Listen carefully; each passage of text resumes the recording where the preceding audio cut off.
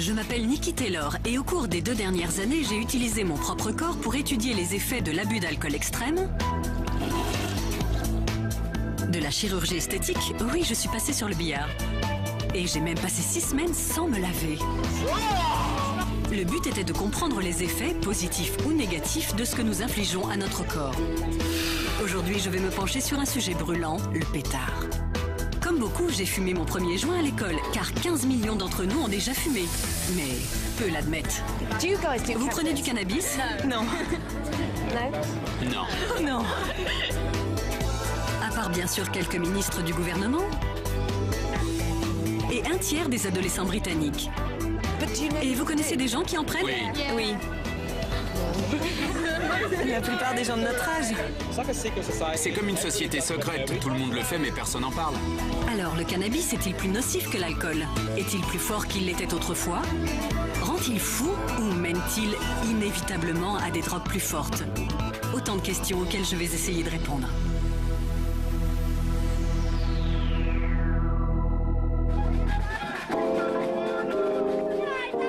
Les adeptes affirment que le cannabis est inoffensif et prônent sa légalisation.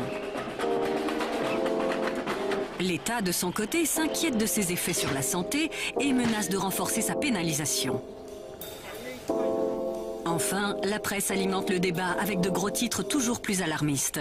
Bref, c'est une véritable cacophonie. Mais que disent les faits? J'ai décidé de mener l'enquête. En tant que mère, je veux savoir ce que risquent mes enfants. Car un enfant sur 7 de moins de 13 ans a déjà fumé. Mais le cannabis est-il toujours ce qu'il était autrefois? Quel effet pourrait-il avoir sur moi aujourd'hui? Pour le savoir, je vais devoir donner de ma personne pendant 1 mois. Tout d'abord, je vais me renseigner sur les risques que je cours. Et pour cela, j'ai décidé de recueillir un avis médical. Je me suis dit que pour les besoins de l'expérience, je pourrais tester les différentes sortes de cannabis. Ma question est, à quoi dois-je m'attendre? Quels sont les effets? Il y a les effets psychologiques et les effets physiques.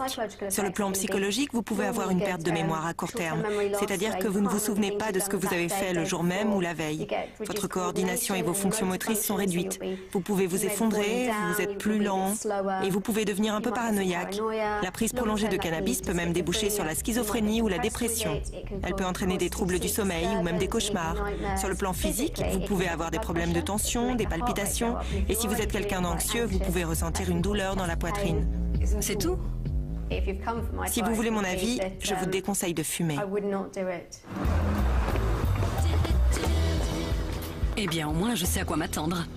Et je commence à me rendre compte que le cannabis et ses apanages sont omniprésents. Ce magasin spécialisé est loin d'être le seul. Y a-t-il endroit plus indiqué pour commencer mon enquête? Excusez-moi, qu'est-ce que c'est? C'est un portefeuille à rouler. Un portefeuille à rouler. Il y a une poche spéciale. Qu'est-ce que vous mettez là-dedans? Ce que vous voulez. Je vois. Ce que je veux donc. Des souvenirs. Des souvenirs. Ouais, des souvenirs. Et il y a beaucoup de gens qui viennent vous acheter des souvenirs? Oui, on vend de tout et aussi du matériel de culture. Pour faire pousser du cannabis? Non, d'autres plantes. Ah oui, des tomates. De très grosses tomates. Ouais, des grosses tomates. Mais alors, vous vendez des graines? Oui, toutes les graines. Ça, c'est une de nos marques. Et c'est légal? Oui. On peut vendre des graines ou du matériel de culture, mais pas les deux ensemble. N'importe qui peut donc acheter des graines et le matériel pour les faire pousser. En revanche, il est interdit de les utiliser ensemble. Et moi-même, finirais-je au cachot pour consommation expérimentale? Que dit exactement la loi de la consommation de cannabis? Richard Cross, avocat à la Cour, va éclairer ma lanterne. Est-ce que la consommation de cannabis est illégale au Royaume-Uni? Oui, c'est illégal, selon les termes du Misuse of Drugs Act de 1971. L'objet du délit est alors confisqué. Même en très petite quantité? À ce jour, la loi ne laisse place à aucune ambiguïté. La possession de cannabis est un délit. Alors il est interdit de fumer dans ce pays? Oui, sauf dans un seul cas, dans le cadre d'une expérience médicale autorisée. Il n'y a donc pas de doute là-dessus, la consommation de cannabis est interdite au Royaume-Uni. Mais il existe un lieu en Europe où je suis sûre de pouvoir fumer du cannabis sans me retrouver à Londres. Amsterdam, la capitale occidentale de la dope. S'il existe un lieu pour étudier les effets du cannabis et ses risques, c'est bien ici. Maintenant, il ne me reste plus qu'à trouver un coffee shop, et pas pour prendre un café si vous voyez ce que je veux dire. On dénombre 900 coffee shops aux Pays-Bas. Et dans les coffee shops, on ne trouve pas que du café, ils sont autorisés à vendre de l'herbe. Je pousse la porte du Dampring, un des coffee shops les plus populaires de la ville. Bonjour. Drogue? Le Dampring a accepté de m'embaucher pour 1 mois. Je pourrais donc y faire mes essais, en dehors des heures de service bien sûr. Denis est le directeur adjoint de l'établissement, et Bowie, la mascotte du Dampring. Le Dampring est réputé pour son menu très varié, composé de marchandises importées, mais aussi et principalement d'herbes cultivées localement. Barbiche Barker, directrice de l'établissement, achète et vend de l'herbe depuis 4 ans. Tu fumes régulièrement? Juste des cigarettes. Pas d'herbe donc? Non. D'accord. On a toutes les variétés. Vous avez de la marijuana et du hashish? Pour commencer, je te conseille la jamaïcaine. C'est une herbe cultivée en plein air. Elle est assez légère, mais elle a aussi un effet euphorisant. On l'a en pré-roulé, comme ça tu n'auras pas à la rouler toi-même. Tant mieux, je sais pas rouler. C'est pour ça qu'on les pré-roule. Alors vous avez de la jamaïcaine pré-roulée? Oui, c'est mélangé avec du tabac. Et il ne te reste plus qu'à t'asseoir et à le fumer tout en buvant un café, en lisant le journal, en te détendant. Savoure-le bien. Prends 2 ou 3 taffes, puis pose-le. Attends 7 à 10 minutes que ça fasse effet. Si tu ne sens rien, reprends une taffe. Si ça fait effet, attends que ça se dissipe pour le rallumer.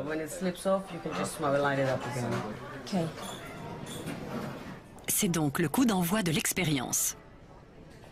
Mon premier pétard. Au cas où, une assistance médicale se tient prête à intervenir. C'est parti. Ce pétard contient 1/10 de gramme de jamaïcaine et du tabac.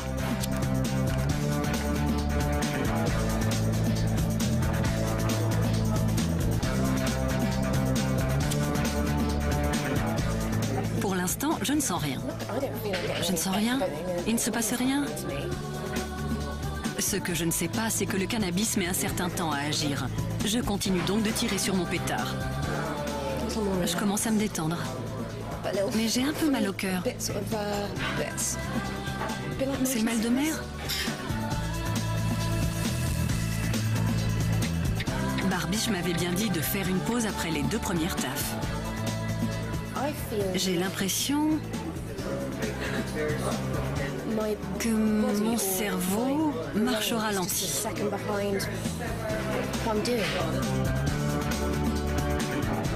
Bowie contemple la scène d'un air blasé.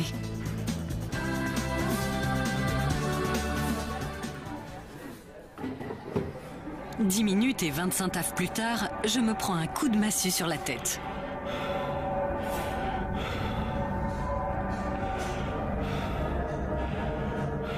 C'est très désagréable. Encore pire que d'être complètement saoul. Je suis complètement paniquée.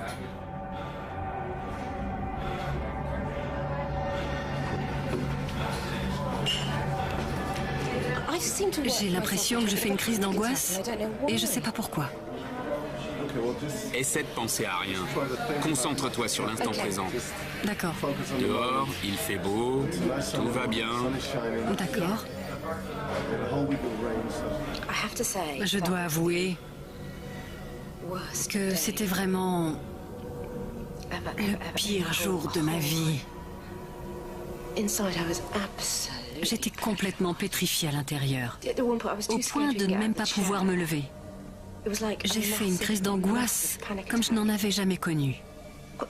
J'ai l'impression que ça a réveillé un côté parano chez moi et que je vais rester comme ça toute ma vie. Je n'ai plus envie. J'en ai trop pris. Et maintenant, j'ai peur de recommencer. Il y a une partie de moi qui se demande si je veux vraiment continuer. Désolée. Allez-vous-en. Maintenant.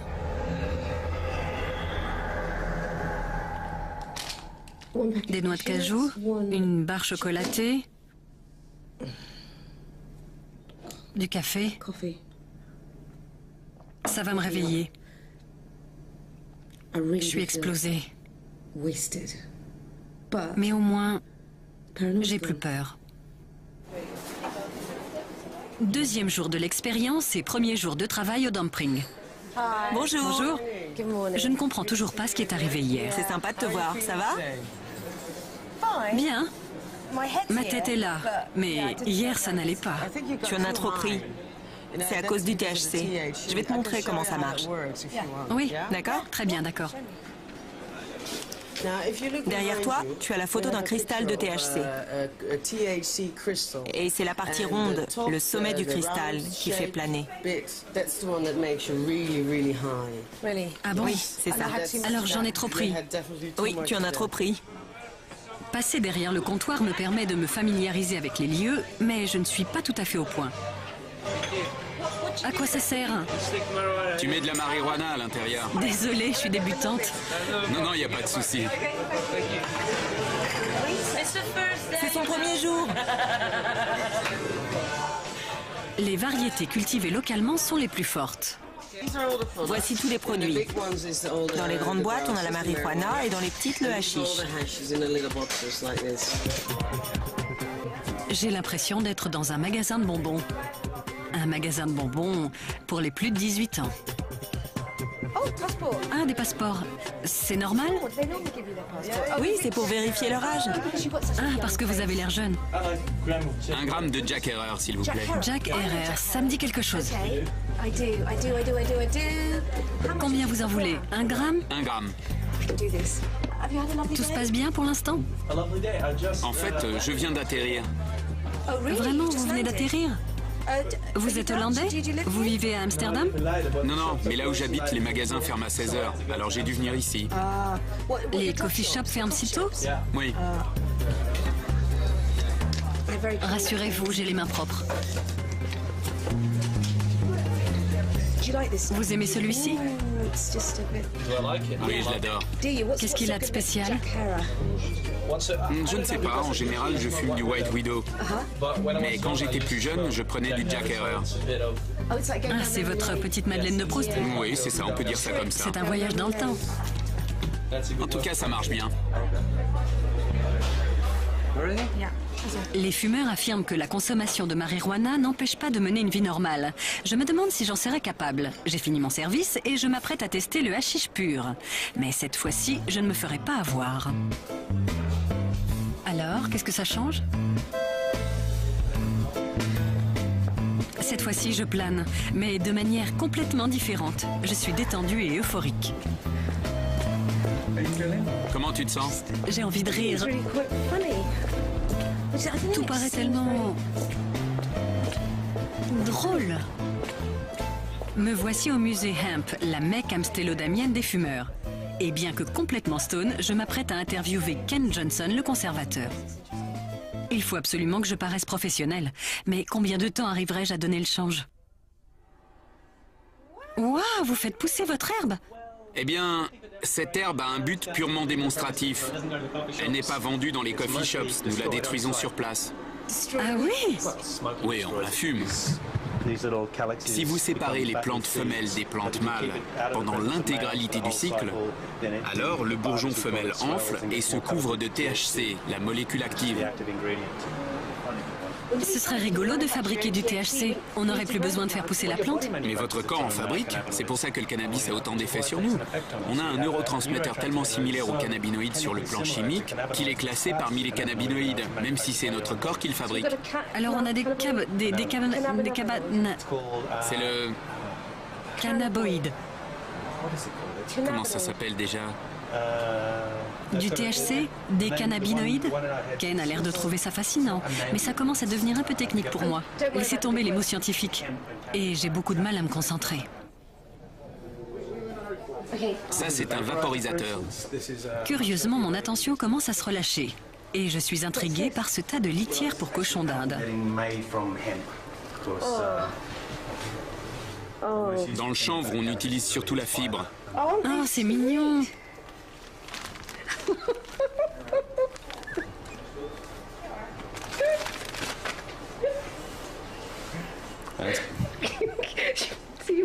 Vous fabriquez de la litière? Il y a plein d'usages possibles. Le chanvre a fait tourner le monde jusqu'au 19e siècle. Presque tous les bateaux avaient des voiles en fibre de chanvre. Vous avez fumé, ça se voit. Oh non! Qu'est-ce qu'il y a? Désolée, mais il faut que j'aille aux toilettes.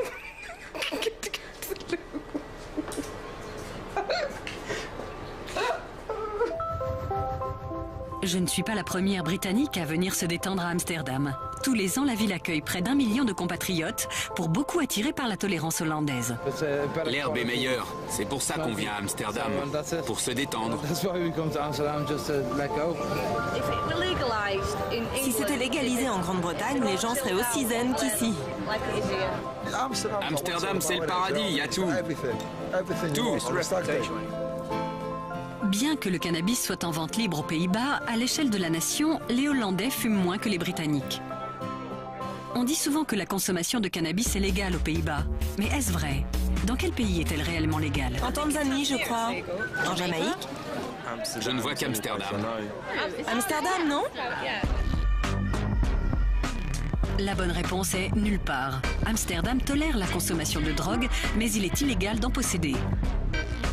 Ce qui fait la différence, c'est la manière unique dont la loi est appliquée.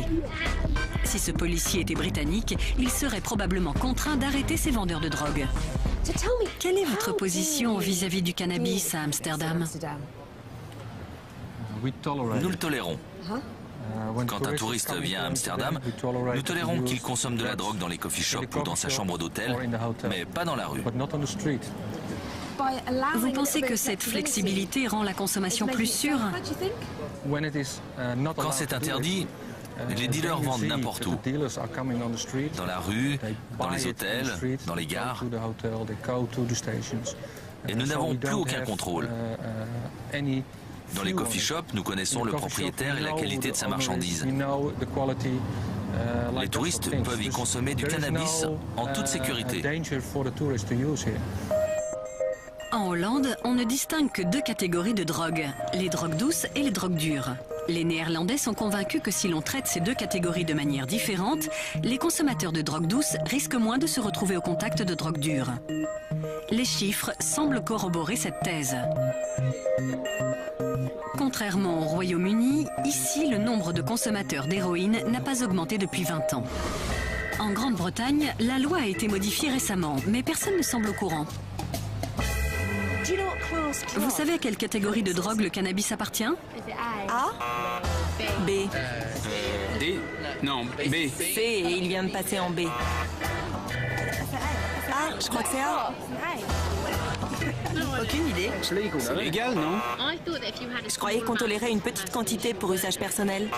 On peut aller en prison? Non. Est-ce qu'on peut aller en prison? Non. Mais si. Mais non, je te dis que non. Mais si. Attention, ce n'est pas si simple que ça. Alors que dit la loi? Lorsqu'il était encore classé parmi les drogues B, la vente de cannabis pouvait valoir 14 ans de prison. Et sa possession jusqu'à 5 ans. Aujourd'hui, le cannabis est classé parmi les drogues C. Vous ne risquez que 2 ans pour sa possession. Cette mesure visait à désengorger les tribunaux pour leur permettre de traiter les crimes plus graves. Mais a-t-elle atteint son but? Ruth Runciman a conduit une enquête pour la fondation de la police britannique. Ce que la plupart des gens ne savent pas, c'est qu'en reclassifiant le cannabis, le gouvernement a modifié le Police and Criminal Evidence Act, selon lequel la possession d'une drogue de catégorie A était passible d'arrestation. Certains pensent que les différences entre les drogues de catégorie B et de catégorie C sont si ténues que ces deux catégories n'ont pas lieu d'exister. Me voici en patrouille avec la police de Peterborough. Si celle-ci est très stricte sur la consommation d'alcool, je suis curieuse de voir si sa position vis-à-vis du cannabis a évolué depuis que celui-ci a été reclassifié. Selon une récente étude de l'UNICEF, le Royaume-Uni affiche le taux de consommation de cannabis le plus élevé des pays industrialisés chez les adolescents. À Peterborough, une police de proximité est au contact des jeunes de la rue. Pourquoi est-ce que vous leur offrez des bonbons ? Parce qu'au lieu de les voir se comporter comme des adultes agressifs, ça les remet dans la peau de l'enfant obéissant. Puisque je me trouvais là, je me suis dit que j'allais demander à ces jeunes s'ils avaient déjà pris du cannabis. Je peux leur poser une question ? Ouais, pas de problème. On essaie de savoir si les jeunes savent que la loi sur le cannabis a changé. Est-ce que vous étiez au courant ? Sur le cannabis? Oui ? Vous voulez dire la bœuf? Vous vous y connaissez en bœuf? Ouais. Un petit peu. Et vous avez déjà essayé? Oui. Je vois. Âgé de 15 ans, Kane me confie qu'il a commencé à l'âge de 13 ans. La première fois, j'ai pas tellement aimé. Mais je l'ai fait pour impressionner mes potes. Et puis j'ai commencé à fumer tous les jours et je m'y suis habitué. Un peu comme on s'habitue aux cigarettes. Il n'y a pas vraiment d'accoutumance, mais vous sentez que vous en avez besoin. Et qu'est-ce que ça vous fait? Ça me détend, ça m'aide à me concentrer. Ah bon? Moi, j'ai du mal à me concentrer à l'école. Sérieux? Tu fumes tous les matins avant d'aller à l'école? Oui. Non. Ça m'aide à m'endormir. Et maintenant, je peux plus m'en passer. Et tes parents, qu'est-ce qu'ils en disent? Ma mère, ça la dérange pas. Elle préfère que je fume plutôt que j'aille zoner. Alors, que fait la police lorsqu'elle prend un adolescent la main dans le sac? Avant, on les arrêtait. Maintenant, on leur donne un avertissement. Au bout du 3e avertissement, on les arrête. Kane vit la moitié du temps chez son grand-père. Celui-ci craint-il que le cannabis conduise son petit-fils vers les drogues dures? J'ai peur qu'il passe à une drogue plus forte et qu'il devienne vraiment accro. Vous pensez que c'est possible? C'est toujours possible. C'est toujours un risque. Kane me répète qu'il a la situation en main, mais je ne crois pas qu'on maîtrise vraiment ce genre de choses. Alors, tu as déjà essayé autre chose? Ouais. Mais tu n'as pas aimé? Si, mais c'est pas le truc à prendre tous les jours. Il vaut mieux en rester à l'herbe. Mais essayer quelque chose de plus fort, ça te tente? Non. Pourquoi? Tu as vu les effets sur quelqu'un d'autre? Oui. Et qu'est-ce que ça fait? L'héroïne, c'est vraiment de la merde. Il faut pas y toucher. Moi, je connais pas trop. Tu te réveilles avec des sueurs froides et des bouffées de chaleur. T'arrives plus à bouger. Ce truc tue. Et puis, ça détruit aussi les familles. C'est vraiment dangereux. Si les craintes du grand-père de Kane sont compréhensibles, la grande majorité des consommateurs de cannabis ne passent jamais aux drogues dures. Pour ceux qui cèdent à la tentation, en revanche, c'est la descente aux enfers. Me voici de retour à Amsterdam pour poursuivre l'expérience. Au début, le médecin m'a prévenu que le cannabis pouvait nuire à ma concentration. Alors j'ai décidé de faire le test. Je vais exécuter une tâche simple. Assembler 2 placards. 2 placards de modèles différents, mais similaires.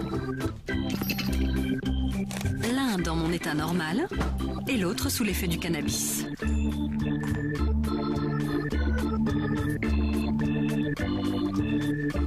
Sobre, ma capacité à suivre des instructions est normale. Je suis alerte et je sais ce que je fais. C'est juste que je ne le fais pas très bien.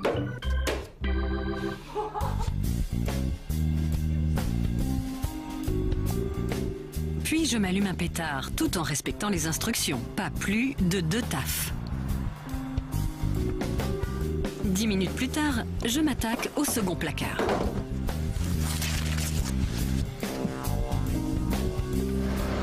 Je ne sais pas où commencer. Il faut que je fixe quelque chose là-dessus, mais je ne sais pas quoi. Je ne sais pas quoi faire. Et je n'ai pris que 2 tafs. Vous n'arrivez plus à vous concentrer et à vous intéresser. Vous devenez indifférent. Je ne peux pas. Sérieux? C'est impossible. Je n'ai qu'une envie, c'est d'aller m'allonger. Les effets immédiats sont des lèvres sèches, la bouche sèche, les paupières lourdes et le regard absent et fixe. J'ai l'impression d'être complètement déphasée, d'être à la masse. Et ça ne doit pas être très pratique au quotidien.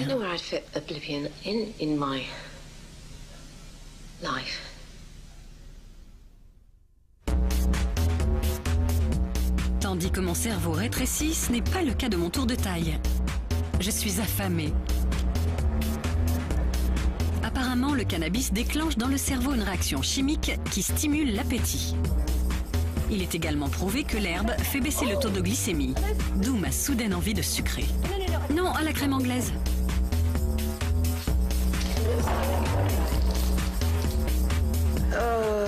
Et dire que je fais si attention. Et en l'espace d'un après-midi, j'engloutis un gâteau entier, 2 paquets de chips et des biscuits au fromage que je n'achète jamais. Je me suis fait presque tout le paquet. Et en plus, j'ai encore faim. Me voici de retour au Royaume-Uni pour faire une petite pause. Et je commence à ressentir des difficultés à respirer. Je sais que je fume des cigarettes, mais c'est une sensation que je n'avais pas avant. On lit souvent dans la presse que le cannabis est plus nocif que le tabac. Je vais donc rencontrer de ce pas un éminent pneumologue. Depuis plusieurs années, le Dr Cohn étudie les effets du cannabis sur les poumons. Le cannabis pur est-il plus nocif que la nicotine? Les études montrent qu'un joint de cannabis pur peut être aussi nocif que 3 cigarettes pour les voies respiratoires. Je peux vous montrer les poumons d'un fumeur de cannabis qui ne mélange pas. Nous avons ici un homme de 22 ans qui fume du cannabis. Depuis, il a arrêté, mais ses poumons se sont affaissés et il a dû être hospitalisé récemment. Et si ses poumons se sont affaissés, c'est parce qu'ils sont troués. Là, on a des poumons normaux. Et là, ce sont les poumons de l'ex-fumeur de cannabis. Vous pouvez voir des petits trous ici. Et vous pensez que c'est dû au cannabis? C'est difficile d'imaginer une autre explication. C'est le genre de phénomène que l'on rencontre chez une personne de 40, 50 ou 60 ans, pas chez une personne de 22 ans. Si j'arrête de fumer, les trous vont disparaître et tout redeviendra normal? Malheureusement, non. Ces trous sont irréversibles. Les poumons sont un organe qui se régénère mal. C'est la même chose pour le tabac. Si vous fumez trop, les dégâts seront irréversibles.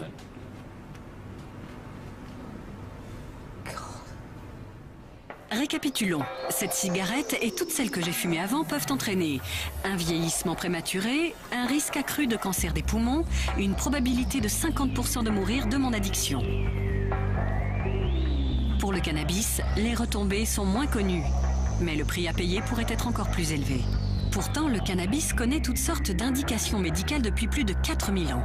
Pour les Chinois, c'était un remède contre la constipation. Bouddha en mangeait parce qu'il trouvait ça bon. Et la reine Victoria l'utilisait pour soulager ses douleurs prémenstruelles. Aujourd'hui, le cannabis est utilisé comme antalgique par les personnes atteintes du sida, de la maladie de Parkinson et de la sclérose en plaques. Mais tant qu'il n'est pas prescrit, il est illégal. Une grand-mère du Northumberland persistant à consommer du cannabis comme antalgique se voit poser un ultimatum avant d'être expulsée de son domicile. Depuis 3 ans, Pat Tabram prend du cannabis pour soulager ses douleurs. Aujourd'hui, elle se retrouve devant le tribunal pour avoir cultivé et consommé du cannabis chez elle. Bonjour, je vous réveille? Non, je viens de me réveiller. C'est une journée importante. Oui. Le téléphone n'a pas arrêté de sonner depuis 4 heures du matin. J'ai eu des appels de tout le pays. Certaines personnes sont venues d'Aberdeen, d'autres de Weymouth, rien que pour venir me soutenir pendant l'audience. Est-ce que la police fait encore des descentes chez vous? Oh oui. Ils ont des chiens? Non, parce que je leur dis où chercher. S'ils me demandent où est votre cannabis, je leur dis où le trouver. Je l'ai caché quelque part, mais je ne sais plus où. Ça, c'est embêtant. Cacher son shit et oublier où il est. Peut-être dans les placards? Derrière la machine à laver? Est-ce que les médecins peuvent prescrire du cannabis ou est-ce que c'est complètement interdit? Il existe 3 médicaments qui contiennent du cannabis, mais ce sont des produits chimiques. Ils ont été créés par des laboratoires pharmaceutiques et ils ont des effets secondaires. Il y a 2-3 ans, j'ai fait des expériences. Je voulais savoir si l'herbe était plus efficace fumée ou cuisinée. Vous en mettez dans la soupe ou dans le thé? Il y a 3 semaines, j'ai essayé avec du chocolat. Je peux regarder? Ils ont l'air délicieux. Ils sont délicieux. Chacun d'entre eux contient 100 mg de cannabis. C'est la quantité nécessaire pour ne jamais avoir mal et pour dormir. Et c'est parfaitement naturel. Vous les vendez? Non. Ah non. Non, je ne vends ça à personne. Ça ferait de vous un dealer? Absolument. Vous m'en donnez un? Non, je ne vous en donne pas. En revanche, si vous voulez essayer pendant que je vais chercher l'eau chaude, ce sont vos affaires. Vous ne pouvez pas m'en donner? Si vous me le volez, vous pouvez le garder. Je ne veux pas de marchandises volées chez moi. Si vous voulez bien m'excuser, je vais aux toilettes et je reviens avec l'eau chaude.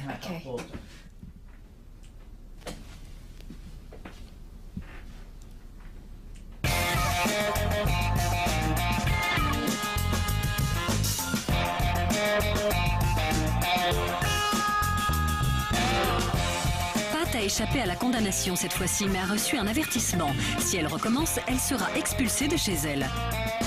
Pat ne voit que les avantages du cannabis, mais il s'agit bel et bien d'une drogue, comme l'alcool. Sa consommation est nocive pour la santé et pire, elle peut être nocive pour les autres. De retour à Amsterdam, j'entreprends de déterminer laquelle de ces 2 drogues, le cannabis ou l'alcool, est la plus nocive pour l'entourage des personnes qui la consomment. Rob Schmidt est professeur d'auto-école. Nous allons faire une petite expérience pour déterminer laquelle de ces drogues est la plus dangereuse pour le consommateur prenant le volant et les autres conducteurs. Pour les besoins du test, je vais m'élancer à 70 km/h sur une rangée de poupées. Lorsque les lampes s'allumeront, je devrais donner un coup de volant pour éviter les poupées. J'effectue un premier test sobre. Mes réflexes ne sont pas si mauvais. C'est bien. Sobre, Nicole a roulé à la bonne vitesse, elle a freiné à temps, elle a tourné à temps et aucune poupée n'a été tuée. Je vais maintenant réitérer l'expérience, cette fois-ci après avoir tiré 2 taffes sur une pipe contenant 1 demi-gramme de cannabis. Il est évident que je ne suis pas dans mon état normal. Comme précédemment, mon but est d'atteindre 70 km/h afin de tester mes réflexes. C'est un cauchemar. Vous devez accélérer. Mais je n'y arrive pas. J'ai l'impression de rouler à toute vitesse et de ne pas avoir la situation en main.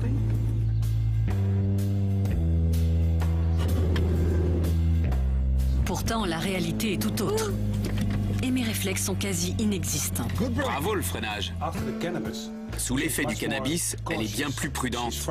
Elle a peur de tout. Elle n'arrive plus à estimer le risque réel. Elle représente un danger pour elle-même et pour les autres conducteurs. Le jour suivant, je reviens pour la 3e partie de l'expérience. Pour me préparer, je bois une bouteille de vin, ce qui portera mon taux d'alcoolémie à 3 fois le taux autorisé. Je commence à avoir la tête qui tourne. L'alcool m'engourdit lui aussi le cerveau, mais de manière complètement différente. Le cannabis rend parano, tandis que l'alcool annihile toute conscience du danger. Vous êtes mignon.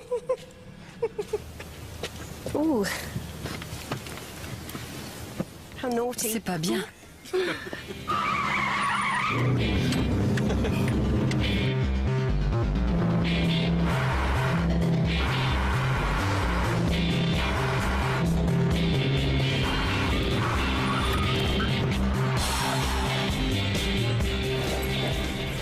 Le freinage était OK. On a une poupée décapitée. Sous l'effet de l'alcool, Nicole a l'impression d'être invincible. Elle croit avoir la situation en main, mais il est clair que ce n'est pas le cas. Comme tout individu sous l'emprise de l'alcool, elle est donc très dangereuse sur la route. Selon un rapport publié par une revue médicale britannique, le risque d'accident est multiplié par 6 sous l'emprise de l'alcool et par 2 sous l'effet du cannabis. Toujours est-il que les deux drogues affectent considérablement nos réflexes. Beaucoup conduisent sous l'effet du cannabis. Mais sachez qu'en prenant le volant après avoir fumé un joint, même léger, vous risquez un grave accident, une très grosse amende ou 6 mois de prison et un retrait de permis d'1 an minimum. Et le problème ne se manifeste pas seulement au volant. Le consommateur de cannabis perd toute capacité à jauger une situation. Et personnellement, je trouve ça assez effrayant. Avec l'alcool, je connais mes limites, tandis que j'ignore quel effet le cannabis peut avoir sur moi. Au café, Barbiche m'explique les choses dans un langage que je peux comprendre. Pour décrire chaque variété, je la compare à un alcool. Ça permet de mieux expliquer les effets, parce qu'ils sont très variables. Ah oui, vraiment. Alors vous êtes un peu l'œnologue du cannabis. Vous êtes une connaisseuse. Oui, c'est un peu ça. Vous arrivez à distinguer les différentes variétés. Oui. Je connais leurs effets à chacun. Alors parlez-moi de celui-là là-bas. Super Silver. C'est l'équivalent d'un vin rouge capiteux. Ah oui. Moi, j'aime bien l'Ocean's 12. C'est un peu comme un bon cognac. Il est assez clair, mais très fort. Vous êtes très détendu, mais vous ne somnolez pas. Et puis, il y a le Maca Ice, qui ressemble à un whisky. Il est un peu plus fort. Vous êtes encore conscient, mais plus très mobile. Et puis, il y a l'Isolator, qui est le plus fort de tous. Ce ne sont que des cristaux compactés. Le taux de THC est de 50 ou 60%, ce qui est très élevé. L'effet est comparable à celui d'une demi-bouteille de tequila. Est-ce de la fabulation ou toutes ces nuances existent vraiment? Pour le savoir, je vais me soumettre à une dégustation en aveugle. Je m'apprête à fumer 2 joints contenant la même quantité d'herbe. L'une des variétés est censée être très forte et l'autre très légère. Arriverai-je à faire la différence? Je crois que je vais lui donner un hashish léger ce soir. On va commencer avec le King Hassan. Il est très agréable. Il vous fait planer doucement, un peu comme un verre de vin. Je pense que c'est pas mal pour commencer.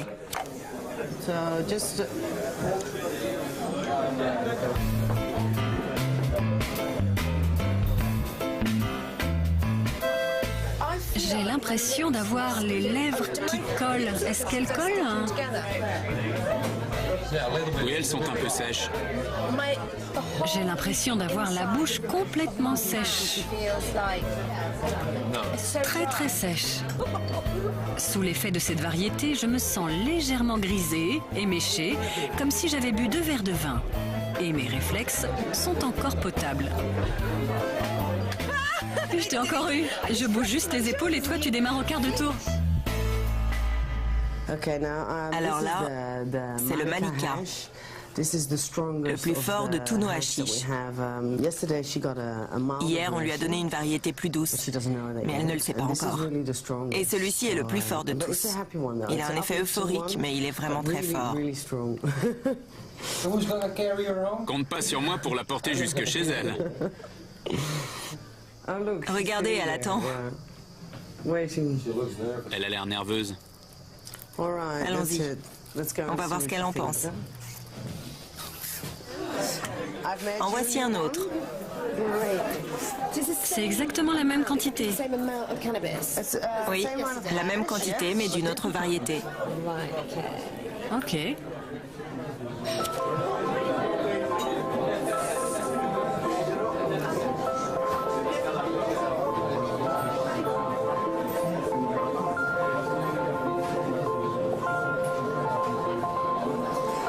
Je ne sens rien pour l'instant, mais il faut attendre, c'est ça? Oui, ça va venir. Il faut que tu laisses les choses arriver. Je vais te chercher un café.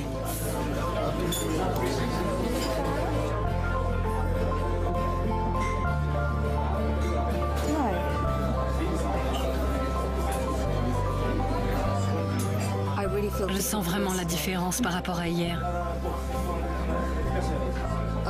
Dieu. Qu'est-ce que tu as mis là-dedans?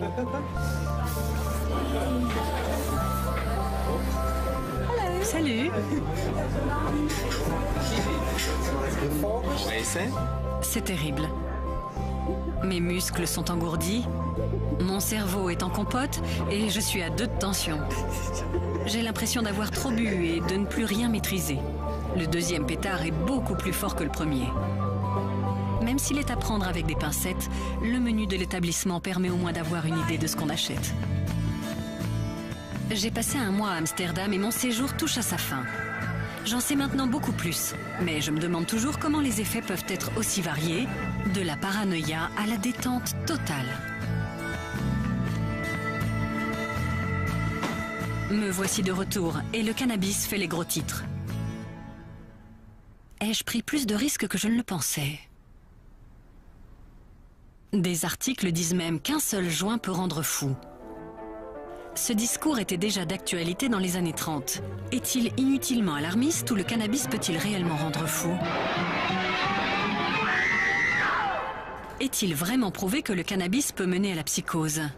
Le professeur Robin Murrell de l'Institut de psychiatrie constitue l'une des principales figures de la recherche britannique sur le sujet. Bonjour docteur, enchanté.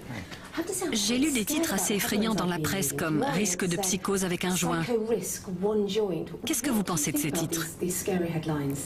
Le risque de devenir psychotique avec un joint est aussi négligeable que celui de devenir alcoolique avec un verre de vin. C'est ridicule. En revanche, la consommation régulière de cannabis, plusieurs joints par jour pendant plusieurs années, augmente bien ce risque jusqu'à le doubler. Il y a certains individus qui ont un terrain favorable, tandis que d'autres prennent du cannabis pendant des années sans qu'il ne leur arrive rien. Il y a vraiment toutes sortes de facteurs, tels que l'hérédité, l'environnement, et puis la vie qu'ils mènent. Et le cannabis peut venir s'ajouter à ces facteurs et les faire basculer dans la psychose. Récapitulons. Si la consommation prolongée de cannabis peut déclencher une psychose, les titres les plus alarmistes se trompent. Mais que répondre aux articles qui affirment que le cannabis acheté dans la rue est bien plus puissant? Se trompent-ils également? C'est dans ce labo que finissent les drogues saisies par la police. Le docteur Phil Yates connaît bien le cannabis vendu dans les rues britanniques. C'est ici qu'on entrepose les stupéfiants que nous amène la police. Il y a toutes sortes de drogues là-dedans. Tout à fait. Tout ce que nous recevons. Ce sont des feuilles de cannabis? Oui. Ici, nous avons un exemple de sommité fleurie. Vous pouvez regarder si vous voulez. On dirait des petites perles. Oui, c'est vrai. Et ça, ce sont les glandes qui produisent la résine. Ici, elles sont examinées à l'aide d'un microscope plus puissant. Elles rappellent un peu des champignons. Vous avez la tige et le chapeau. Et elles contiennent de la drogue. Ce que je voudrais vraiment savoir, c'est si le cannabis est plus fort qu'avant. Grosso modo, oui. L'essentiel du cannabis saisi dans les rues aujourd'hui est un cannabis cultivé à domicile et génétiquement modifié. Il peut contenir 10 à 15% de THC, tandis que le cannabis cultivé de manière naturelle et importé n'en contient que 3 à 5%. Le cannabis cultivé à domicile est donc 3 à 4 fois plus fort. On observe aussi une autre tendance inquiétante depuis plusieurs années au Royaume-Uni. Des petites perles de verre sont ajoutées aux sommités. Et vous pouvez vous imaginer ce que ça fait aux poumons. Ainsi, les dealers qui produisent eux-mêmes leurs marchandises n'hésitent pas à y ajouter des petites perles de verre pour plus d'effet. Alors les 15 millions de personnes consommant du cannabis savent-elles vraiment ce qu'elles achètent? Au Royaume-Uni, la police découvre 3 plantations chaque jour. La skunk, une marijuana affichant un taux de THC particulièrement élevé, a le vent en poupe.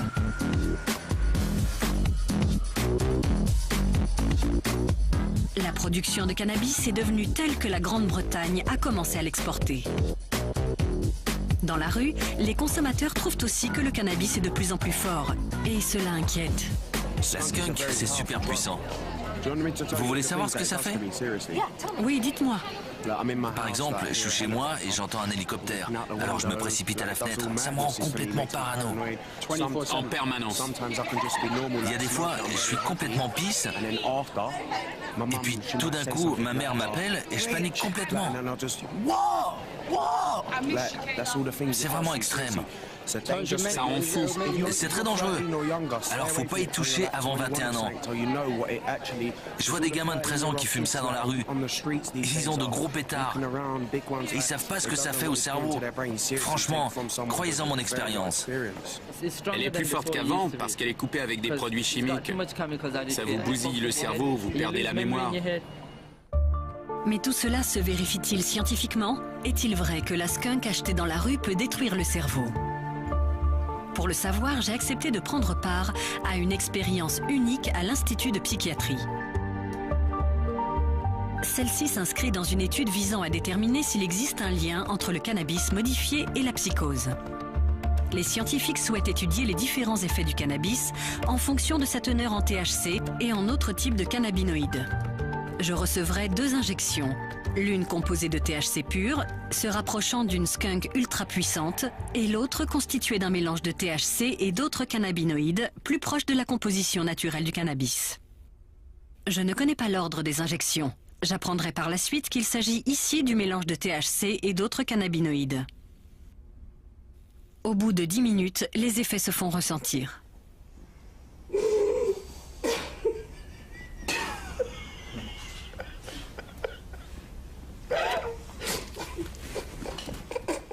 Sous l'effet du THC mélangé, j'ai beau prendre l'expérience au sérieux, tout me semble hilarant. Quel rabat-joie!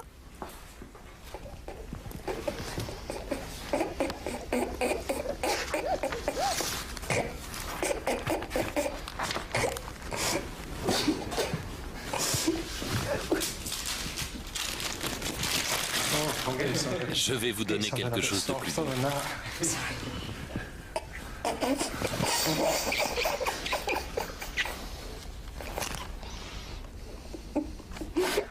Comment vous vous sentez? Vous avez l'air de vous amuser. C'était vraiment amusant. C'était incroyable. Incroyable. Avec le THC pur, c'est une toute autre histoire. C'est horrible. J'ai l'impression d'être à un enterrement. Ou pire, c'est vraiment déprimant. Ça donne envie de se jeter par la fenêtre. C'est vraiment morbide. 15 minutes après l'injection, je suis soumise à une série de tests psychologiques pour déterminer si le cannabis m'a rendu psychotique et si oui, dans quelle mesure. Si je suis angoissée? Non. Sous l'effet du mélange, je suis d'humeur espiègle. Sous l'effet du THC pur, je me fiche de tout. Si j'ai des pensées profondes? Foutaise. Si je suis inquiète de rester déprimée? Je veux rester déprimée. Cette expérience est vraiment effrayante. Si je suis angoissée? Oui. Sous l'effet du THC pur, je me montre suspicieuse, introvertie et angoissée. Chaque question semble avoir un double sens. Je suis complètement focalisée sur un mot.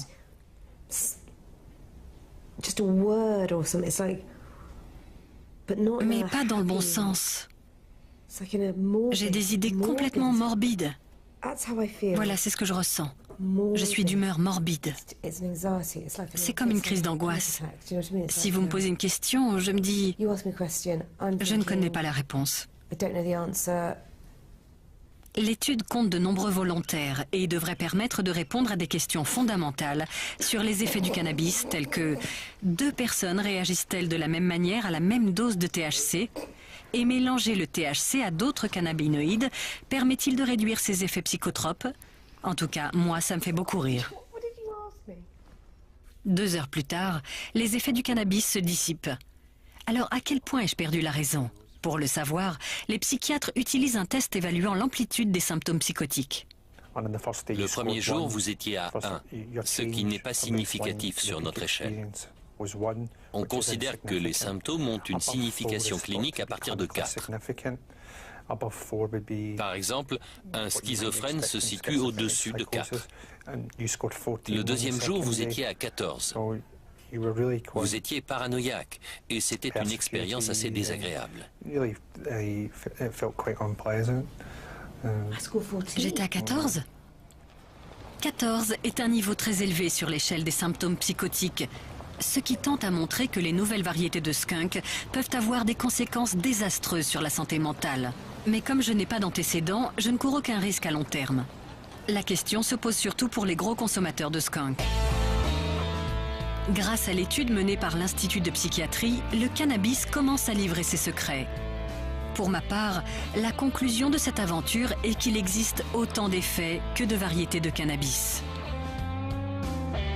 Il y a un lobby pro-cannabis qui affirme que le cannabis est une bénédiction pour l'humanité, qu'il n'y a pas d'effet secondaire et qu'il ne s'agit pas d'une drogue. Pour ces gens-là, le cannabis ne fait qu'embellir la vie. Et puis, il y a les prohibitionnistes qui pensent que c'est une œuvre du diable, qu'il suffit de tirer une bouffée pour devenir fou. Ces deux positions sont tout aussi absurdes. Et c'est la difficulté, il y a tout un débat idéologique autour du cannabis et relativement peu de recherche. Il ne fait aucun doute que le cannabis, comme l'alcool, est une puissante drogue. Et quelle que soit l'issue du débat sur le renforcement de la loi, des millions de personnes continueront d'en consommer.